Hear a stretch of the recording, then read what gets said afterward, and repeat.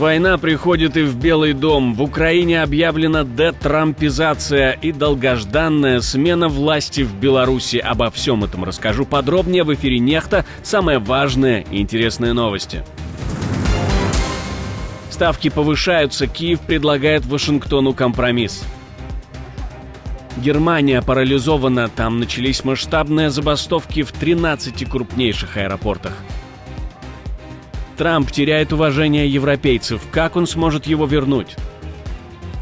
Спасибо, что смотрите, спасибо за доверие. Не забывайте ставить лайки, не забывайте оставлять комментарии и не забывайте подписываться на каналы. Все это очень несложно. Поехали. Владимир Зеленский готов на частичное прекращение огня ради возобновления поддержки США.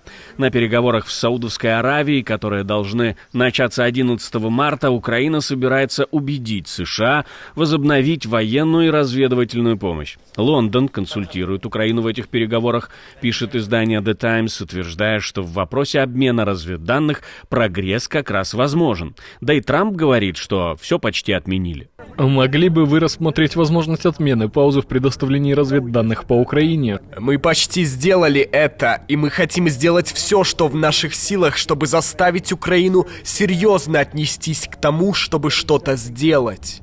Киев предлагает частичное прекращение огня, прекратить дальнобойные удары по России и боевые действия в Черном море. Но вот подействует ли это? Главный вопрос, который мы адресовали эксперту Геннадию Дубову. Судя по всему, украинская делегация будет предлагать американцам европейскую инициативу на тему временного перемирия в воздухе, на море и приостановка взаимных атак на инфраструктуру, прежде всего портовую, энергетическую и так далее. Я уверен, что россияне на это не согласятся в силу просто асимметричности, скажем так, силы средств, которые применяются в подобного рода операциях. И согласятся ли на это американцы, тоже надежды не очень много, поскольку американцы поставили свою позицию в приоритет в плане скорости. То есть они пытаются форсировать события и придерживаться своего плана, который был озвучен практически год назад в материалах аналитической группы America First. Господин Келлог целую статью по этому поводу писал. Трамп эти тезисы повторял в ходе избирательной кампании. И, по сути, мы сегодня видим такую схему трехтактную перемирие, выборы в Украине и потом достижение мирного соглашения. К слову, Москва заявляет, что переговоров в Эр-Рияде с ними не планируется. Хоть об этом их никто и не спрашивал. Но зато спрашивали, чего они ждут от переговоров. Здесь не важно, что мы ждем. Здесь важно, что ждут Соединенные Штаты. А на самых различных уровнях мы неоднократно с вами слышали заявление, что Соединенные Штаты ждут демонстрации со стороны украинцев желания идти на мир. Вот, собственно, наверное, этого ждут все. Семейная ссора в Белом доме. Близкий родственник пошел против вице-президента США. Он воевал за Украину и критикует его позицию. Нейт Венс, двоюродный брат вице-президента Джей Ди Венса, добровольно присоединился к вооруженным силам Украины после начала полномасштабного вторжения России в 2022 году и 2,5 года воевал в составе батальона «Волки да Винчи». Он участвовал в боях за Купянск, Бахмут, Авдеевку и Покровск, то есть прошел самые горячие точки Украинского фронта. Нейт покинул армию в январе 2025 года. По неофициальной информации занимается обучением солдат. Джей Ди хороший, умный парень. Когда он критиковал помощь Украине, я думал, что это потому, что он должен угодить определенному электорату, что это политическая игра. Но то, что они, Джей Ди Венс и Дональд Трамп, сделали с Зеленским, было засадой с абсолютной недобросовестностью. Услышав, как Джей Ди Венс спорил с президентом Украины Владимиром Зеленским в овальном кабинете 28 февраля, Нейт выразил разочарование и критику в адрес позиции своего кузена. Но повлияет ли эта критика, собственно, на позицию его кузена? Как вы думаете? Пишите в комментариях под этим видео, это важно. Давайте подумаем, чем это может закончиться. В Румынии вспыхнули протесты после того, как местный центр избирком отказался зарегистрировать пророссийского кандидата Калина Джорджеску на выборах президента. Сотни его сторонников вышли к зданию комиссии, прорвали ограждения, начали бросать камни и петарды в полицию. На улицах горящие мусорные баки и перевернутые машины. Правоохранители ответили слезоточивым газом и начались задержания. Джорджеску не пустили на выборы из-за обвинений в связях с Кремлем. Конституционный суд уже аннулировал первый тур голосования, в котором он якобы победил. В суде заявляют, что Россия влияла на кампанию через соцсети. Кроме того, кандидату вменяют подстрекательство к беспорядкам и ложные сведения о финансировании его штаба. Со стороны американской администрации очень часто звучат обвинения в заангажированности и в нарушении принципов демократии в Румынии. Ну а мы спросили у опытного юриста, кто на самом деле тут прав, а кто разрушает демократию. С точки зрения юриста это все очень далеко от права, и я готов согласиться с господином Венсом, который на Мюнхенской конференции обращал внимание на особенности румынской демократии, что действительно выглядит документально, по крайней мере, я внимательно прочитал оба решения суда Конституционного Румынии.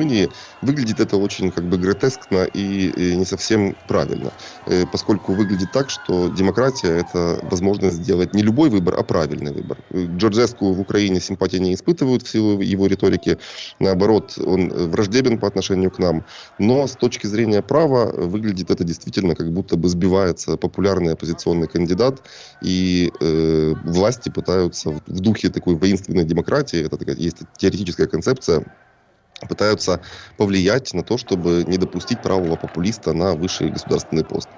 Здесь ситуация в развитии. Будет очень интересно почитать, что же суд напишет, поскольку на сегодня, по сути, Конституционный суд выносил решение как в пользу этого человека, так и против него. Тем же составом и каждый раз без единого голоса против. Ситуация в стране накаляется, протесты не утихают, а люди требуют отменить решение комиссии. Суд назначил первый тур выборов. В общем, все по новой. И что будет дальше? Как думаете, дойдет ли градус до точки кипения? Будут ли протесты продолжаться? Пишите в комментариях под видео обязательно.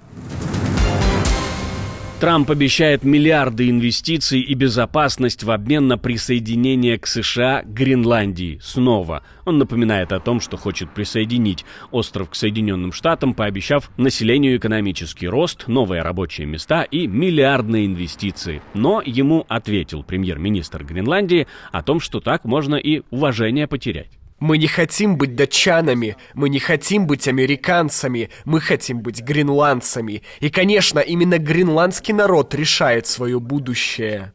Трамп заявил о готовности обеспечить безопасность Гренландии, предложил ей стать частью США и подчеркнул, что это сделает всех жителей острова богатыми.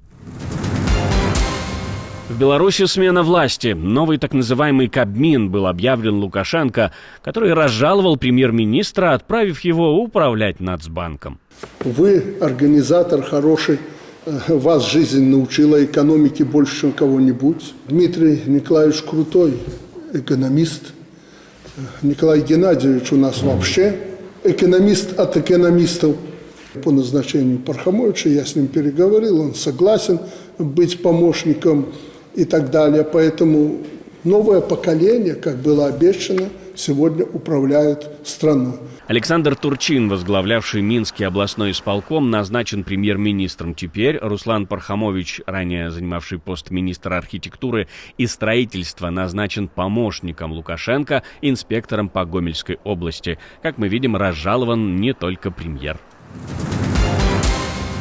Два киевских кафе, названные в честь Дональда Трампа, Трамп Кофе Бар и Трамп Пицца Стейшн, решили сменить вывески.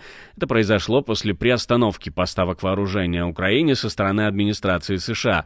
Сотрудники заведения отказались от комментариев, а новые названия будут объявлены позже. Посетители соглашаются с тем, что, учитывая политическую ситуацию, название Трамп сейчас неуместно в Украине. Экстренное возвращение самолета. На рейсе Чикаго-Дели авиакомпании Air India произошел странный случай. Из 12 туалетов 11 оказались забиты за 10 часов полета. Оставался лишь один рабочий туалет в бизнес-классе, и пилоты приняли решение вернуться в Чикаго, опасаясь санитарного коллапса. Самолет пришлось отмывать 2 дня. После 6-недельного аудита практически все программы USAID закрыты. Госсекретарь Марко Рубио объявил о масштабном сокращении проектов. По согласованию с Конгрессом мы намерены более эффективно управлять оставшимися 18% программ, примерно 1000, под руководством Государственного департамента.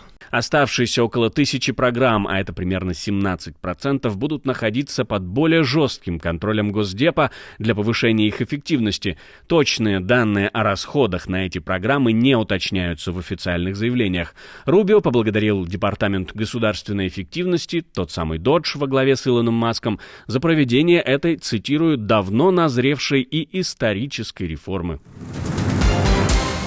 Германия парализована. 13 крупнейших аэропортов бастуют, отменены тысячи рейсов. Профсоюз требует повышения зарплат и надбавок для 25 тысяч сотрудников. Из-за забастовок уже отменено 3400 рейсов. Это затронуло около 500 000 пассажиров. Чем закончится эта история, будем наблюдать вместе с вами. Не забывайте подписаться на наш телеграм-канал.